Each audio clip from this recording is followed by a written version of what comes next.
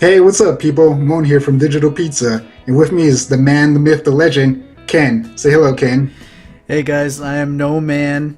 Wait, I am a man, but I'm no myth or legend. I'm just a man. I am Ken. Back to you, Moan. Give us all an right, overview. all right. So we're here to talk about the end of Bleach. The final chapter was just released. Depending where you're from, for us it was today. In Japan, I don't know how it works with translations or scanlations, but the manga is officially over, and it's out there if you want to read it or wait for it to buy it legally. So, all right, Ken and I have been fans of Bleach for a good while, and Bleach has been, around for a good long time.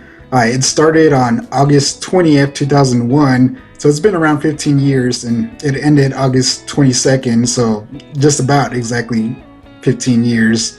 The manga inspired a television anime adaptation that ran for 366 episodes from 2004 to 2012, and I'm pretty sure they're eventually going to pick it up and finish the entire story.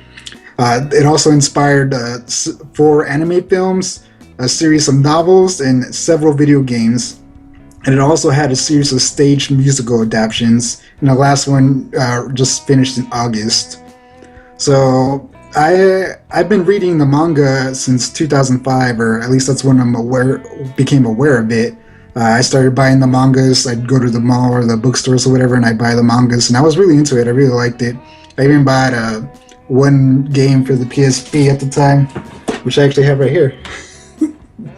So I really loved the manga when it first came out. I thought it was really cool, somewhat original, and I loved the characters and the story arcs and the art style, and I loved seeing it improve. So, uh, seeing it end, there's a lot of emotions and thoughts behind it. But I'm gonna let Ken talk about his feelings or his impressions of how he got into Bleach and whatnot. Well, my story is a little bit similar to yours.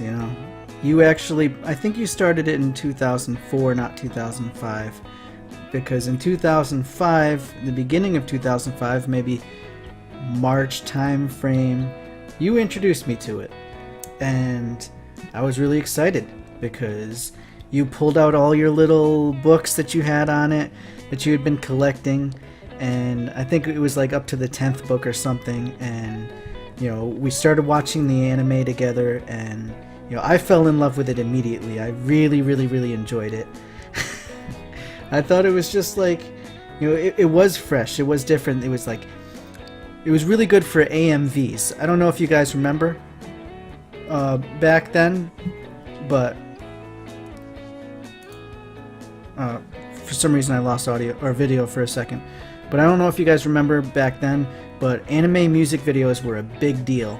I mean, when I was in middle school and high school, back when we had just like dial-up internet, you would spend 4 hours downloading one music video, and it would just, you'd be loving it. And Bleach did that for me. It had great music videos to go along with it and great characters, and it died. And it just fell down into a bottomless pit. And we have a lot of things to talk about today, I think.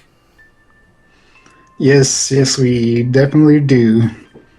All right, so we're Bleach fans. We've been Bleach fans for 10 years now. So 10 years. slowly going downhill. So, like I said, a lot of emotions, a lot of thoughts on this final chapter, the end of Bleach. The final arc started in 2012, which kind of seems right. It feels like this final arc has been going on forever, or at least to me. So, Yeah. all right. So 10 years have passed since the defeat of Yao-Watch in this final chapter, and a lot of things have happened. A few things that I like was that some of the characters got together. And again, we're going to be talking spoilers. I don't know if I mentioned that earlier, but spoilers. Spoilers! Yeah, so if you don't want spoilers, move on or just watch it anyway. Yeah. It's not much to spoil. So 10 years have passed since they defeated the final enemy, Yao-Watch, the leader of the Quincy's, or whatever his group of team was, the Wanderwinches or whatever. Wandenreich? I don't remember. Who knows? So, Ichigo and Orihime, they don't say they got married. We just assume they got married, but they have a kid together. So we're gonna assume they got married. So they have a kid together whose name Kuzue, and Who cares what their names are at this point? yeah. He inherited the Soul Reaper abilities, and Renji and Rukia also got married, or at least had a kid, and their daughter is called Ichaka. I think that's how you pronounce it. So the thing It looked about like this it was a combination of names. Like it looked like it took part of the name from Ichigo. and Rukia, Yeah, yeah, I think that's what they were going for. Kuchiki or something like that. I think Kazue, Kuchigo. yeah, Ichaka, Ichika. Anyway, this final chapter, there's a few things that we like, but overall, I felt this final arc and final chapter were disappointing. There's most mangas don't end in a great way. At least a lot of the mangas that I have finished reading, they don't always end in the best way, and some do. I felt Naruto ended decently. I wasn't completely disappointed. I mean, it's still going on, but this one was definitely disappointing. The entire arc and a lot of the stuff that happens. Ken, what are your thoughts on some of the stuff that made you disappointed, or you did not like, or hated? I don't know. I felt like if you read a lot of the forums or the comments that people leave at the end of every chapter, I agreed with what a lot of people were saying, and that was just that it felt like it was ass pull after ass pull, and he went out of his way to explain to us the powers because they were so ridiculously strong and made very, very little sense. So it was like, yeah, I get it. We have to read what's going on because, it doesn't make any sense unless you tell us. But at the same time, it's just like the back and forth was so repetitive that I lost interest in almost every battle way sooner than I would have liked to. I mean, back in the day, there would be a battle and I'd be psyched for the battle, like, what's going to happen in this battle? Now it's just like a battle, okay, whatever, and I just don't like how the characters were treated. Yeah, I agree. It got to the point where I'm not looking forward to reading the next chapter. Like before you said there'd be a battle and I'd be, oh man, I can't wait until the next chapter comes out so I can read it. And now, towards the end of it, I was just like, oh god, another Bleach chapter. Please let it be almost the end because I'm just tired of it. Like you said, these characters will come out overly powerful with super confusing powers that they would have to explain, and it breaks that rule, show, don't tell. So I hate when mangas end up doing that where they're just explaining something. And it's okay to explain a little bit just so that you get a little bit of understanding. But when you spend an entire chapter explaining a power, I think that's a little bit too much. Yeah. And some of these powers were ridiculous, and so they needed to, but one thing I like to compare it to is, remember back in the Rescue Rukia arc, or the Soul Society arc, whatever, remember when Ichigo was, fighting Kenny? And, he was really overpowered back then. And Ichigo was getting his butt kicked, and we were doing everything just to see him take his eye patch off. And every little thing that was introduced, what's gonna happen in his little imagination kingdom here, where he's talking to his sword or whatever. I mean, eventually we learned it's supposedly resembling Yuwatch and all that stuff. But back then, these things were, even when it seemed like there was no hope, it was exciting. And these days, towards the end, the last couple years, I can't even finish my sentence. It's so bad. Especially when, remember Unoa or whatever, when she's got her little healing powers, and she was supposed to be the previous captain of the squad, and she was going to teach Ken-chan to be ultra powerful too, and then he was going to get his Bankai, and all these things were going to happen. Yeah, that's one of the things that I hated. Time-wise, it felt like they skipped a lot of things just to move the story along. So, like you said, that part where Kenpachi was going to battle what's-her-face, they battled. I'm assuming she ended up dying because that's what she said. She's like, oh, because she was the former Kenpachi or whatever. So Right. for him to become the new Kenpachi, he was supposed to kill the old Kenpachi or whatever. So she's like, if you're able to defeat me by killing me or whatever, you should be able to use your Bankai or whatever. And I guess we're meant to assume that he won because we never see her again and she's never mentioned again. And then eventually he is able to use his Bankai and everything. But again, like you said, there's not a lot of stuff that's explained. Like, what's her name? The one who follows Kenpachi around? Oh, the little girl. What was her name? Yeah, who she ends up being the spirit of the sword, right? Or right, yeah. however that works. And I mean, they talk about it a little bit, or there's a little bit of mention, but that's about it. It's never, talked about. And that's one of the things that I hated because, those two characters, were essentially attached by the hip. They were important to each other. So the revelation of her, being the sword, it should have been a bigger impact and more emotional or something, but it wasn't. And that was actually something I had predicted. I was like, oh, she's probably got something to do with his sword, but knowing the fact that she was able to be in a material form like that, other than the sword, made me think that, well, afterwards when he figures out that she is the name of his sword and he can go Bankai and so on and so forth, I just assumed that it would be like, that would be almost like the awakened Shikai form kind of a thing, where she is always still by his side in a human form, not just like she disappears from the story entirely. That was awful. Yeah, exactly. So that's one of the things that was bad. That there's a lot of stuff that I guess Kubo wanted to talk about or introduce, but he ran out of time, or he was jamming way too much stuff into this final arc, and then just that did not work. And that's one of the problems I had with this final arc, was that it wasted a lot of characters. Like, characters would randomly show up and do like one thing, and you would never see them again. Grimjo. I mean, yeah, Grimjo, he shows up for like, I think 2 chapters to help defeat one of the final Quincy's or whatever, and that's it. It was essentially a little bit of fan service, and I kind of thought he was going to show up, but I thought he was going to be in a bigger, more intense fight than that. And there were several other characters who did the same thing, like Kugo Ginju from the Execution people. Him and his sword friend show up at the end to, restore Ichigo's sword, and then that's it. They were there for like 3 pages of a chapter or something. And it was like, what was the point of that? I didn't understand. And then there was several times when I was reading the manga where I was like, I don't know if this character is dead or alive because so much stuff is happening. Like, they show him in one chapter, it seems like he died, and then they never show him again. So I'm just like, I assume he died or she died because they've never showed that character again, So a lot of things wrong.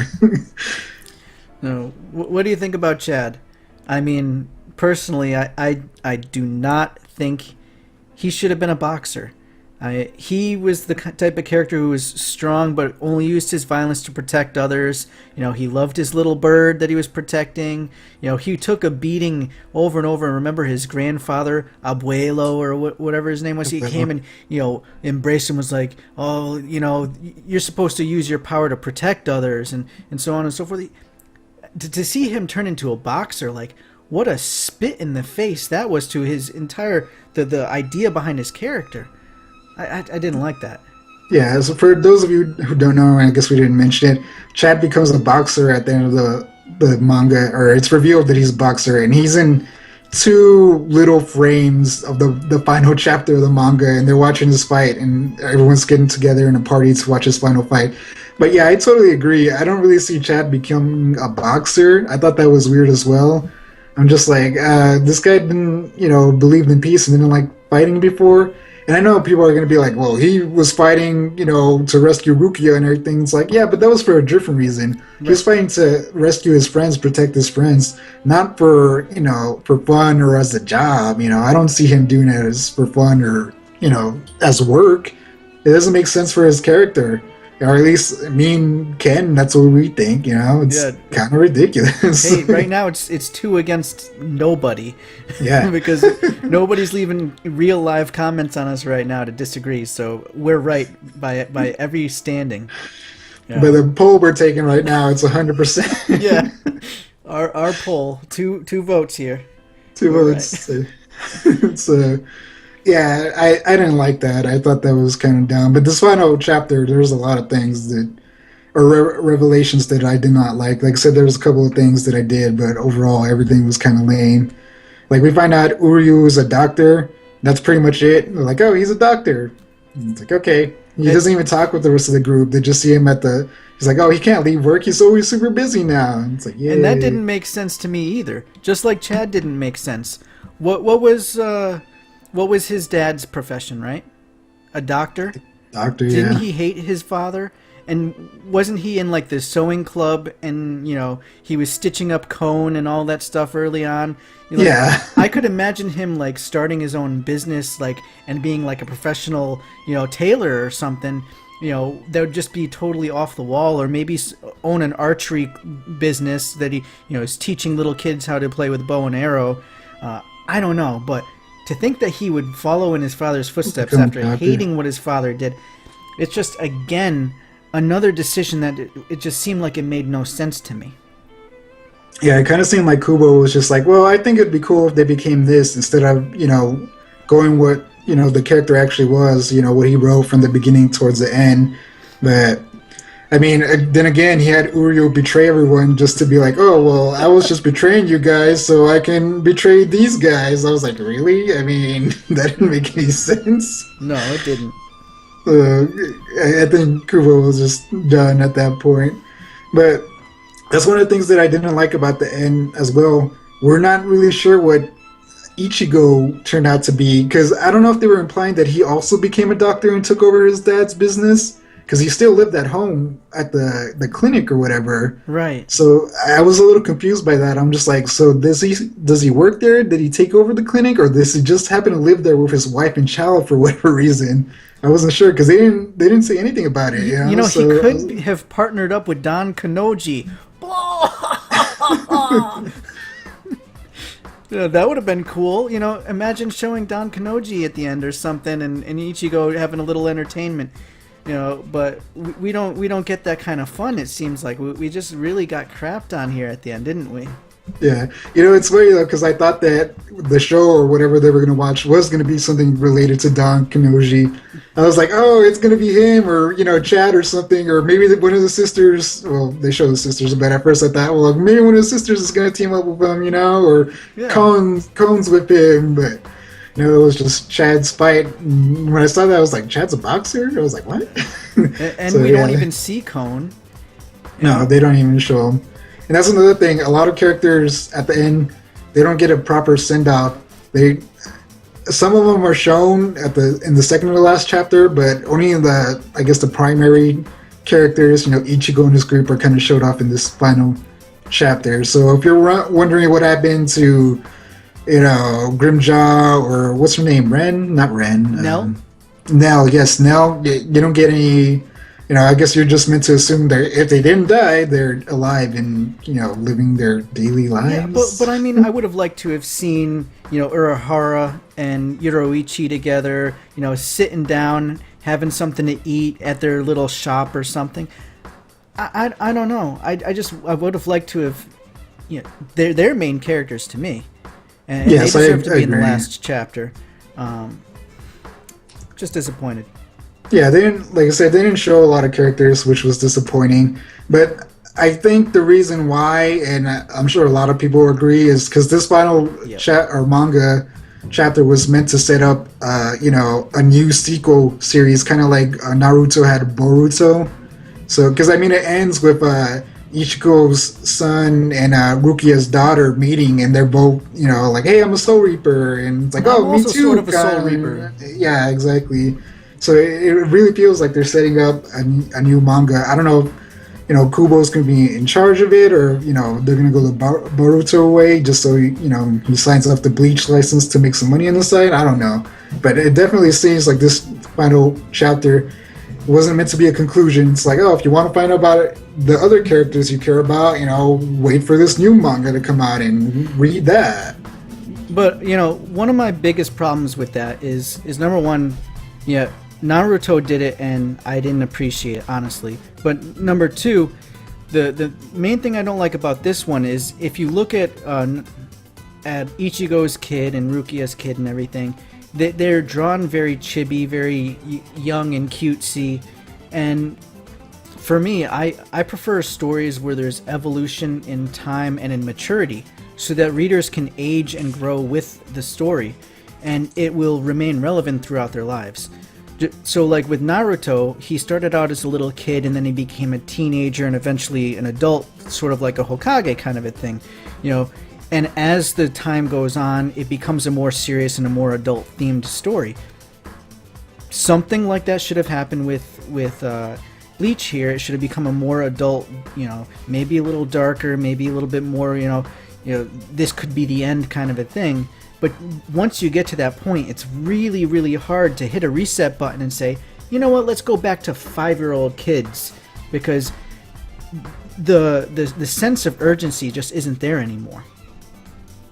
Yeah, one of the things I hate about that, with like you mentioned Boruto, at the end of these mangas, most of these characters are extremely overpowered.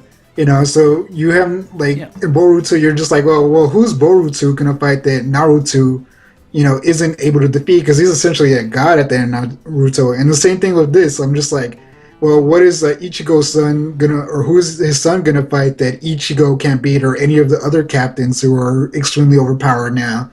You know, it doesn't really make any sense.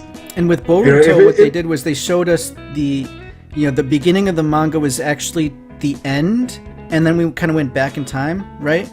So we kind of see what that last battle is looking like, and it doesn't look too, you know, scary to me.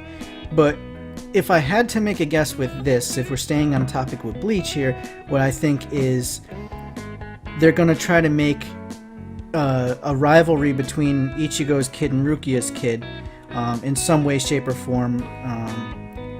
Maybe stealing, Iwachi's power or stealing energy is something that maybe Ichigo's kid can do, and he might eventually become evil through just the consumption of too much power or something. Who knows? But I could just see it being them being rivals and end up fighting each other, not really being team members. I don't know. Yeah, see, that would be interesting, because like I said, I feel like it's just gonna repeat itself, or they're gonna try to capture that Bleach magic, you know, so it's gonna have similar storylines. But I don't mind the sequel series as long as they do something different and interesting, because like I said, it can't really be a manga about, you know, battles and, you know, like, oh, this guy's super powerful, because it doesn't make any sense. If they need to protect the world, they have enough people to save the world or Soul Society. So it needs to be like I don't know, maybe they go on adventures or something like that, or like I said, their rivals trying to see who becomes a certified Soul Reaper first or something like that. You know, and it still could be interesting. So, but again, I wasn't happy that the end of this manga, it was trying to set something like that up, though. Yeah, I mean, it had fallen from grace so far. Like, it had gone from something so great to so crappy over the period of 10 years that I don't think it was smart to necessarily be like, hey, you know, look forward to something else. You should have just, you know, let the dead horse be dead. You know, you don't need to keep beating it. You know, he milked that cow, it's dry, the end. Yeah, exactly. And like I said, they're probably going to release or make an anime of the final arc. And then they announced, or supposedly they're making a live-action Bleach movie sometime in 2018. So it's not like Bleach will be completely dead, but let the manga, you know, like you said, if you want to make a sequel series, fine, but let it rest for at least a few years or something like that. So people maybe will get some nostalgia towards it or something, and then build back the trust and the faith that people had. Because like a sequel series, like you said, this last arc in the manga just kind of was just like, you know, I'm just glad it was over. I'm not ready for more Bleach at this moment, you know, because I was so disappointed and mad at how this ended. And, you know, this final arc was just, I felt it was garbage. I did not like it, and I'm not ready for more. Yeah, let the nostalgia set in or something, you know, give it a couple years, let us miss it. And I don't feel like they're going to do that. And that's, no, they're not. But it seems like a common thing. I'm going to, you know, mention a couple manga outside of Bleach real quick here. But we've mentioned Naruto and how that ended recently. Another one that ended recently was, History's Strongest Disciple, Kenichi. And it seems like it's a recurring theme here where these manga, as they get towards the end, they fall into this really bad trap of catering to one core group of their fans. And, with History's Strongest Disciple, Kenichi, that was a really exciting story early on also. And then it sort of turned into just a whole bunch of fan service, which was just rough on the eyes. I couldn't even really read it anymore. And Naruto, it did a really good job there at the end of the last couple chapters trying to bring everything together. But that last arc was just nothing but this massive battle trying to make the most of all the ninja imaginable. Here in Bleach, they tried to do the same damn thing. I would love to see a manga go out on a high note. One Piece is like our last chance here.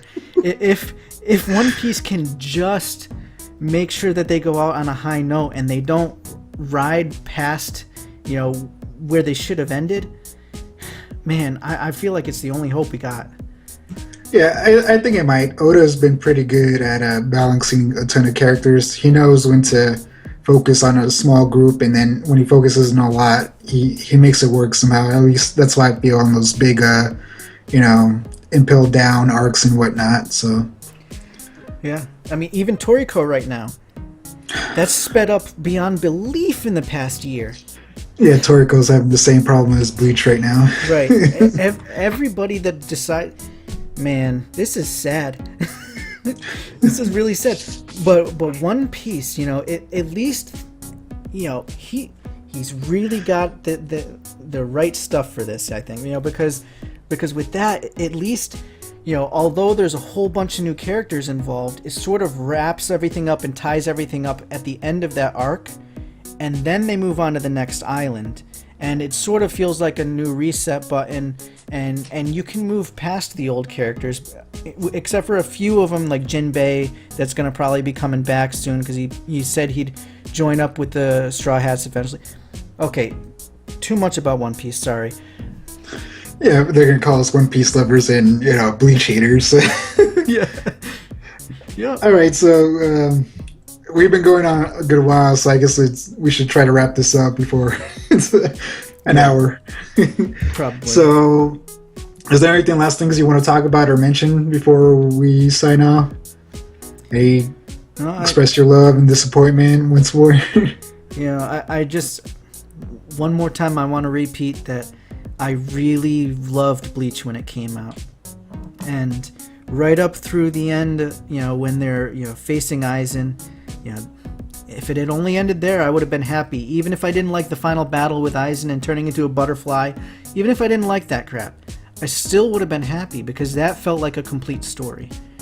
It's just a shame that it has fallen so far. I'm sad.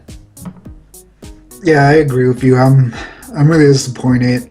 Like I said, I was a big fan when this manga first came out, and this final arc, and just like I said, by the end of it, I was just ready for it to be over. I was just like, put it out of its misery. I hate seeing something that I love just go through this transformation that I did not care for. Yeah. I felt like it mistreated its characters. The story wasn't doing justice to anything. So I was sad and disappointed, but I am a little glad that it's over now. Maybe I can go back and revisit the beginning of the manga or the anime, enjoy that. But like I said, it's disappointing. All right, I guess that's all we had to talk about, right? I guess so. A lot of down beats, but it can't be helped. This is how we feel. Yeah. All right, guys. Thanks for watching. Again, I'm Mon. I'm the Ken. man, myth, the legend. Ken. Kenpachi. Kenichi. Kenshin. Kenichi. Ken something. It's nice to see you guys. Hope you enjoyed this video. Like, comment, subscribe, all that stuff. This is usually what Gorfy the Gorf says, but he's not here, so I'll say it on his behalf. Peace out! Peace out, and see you on the next one. Thanks for watching.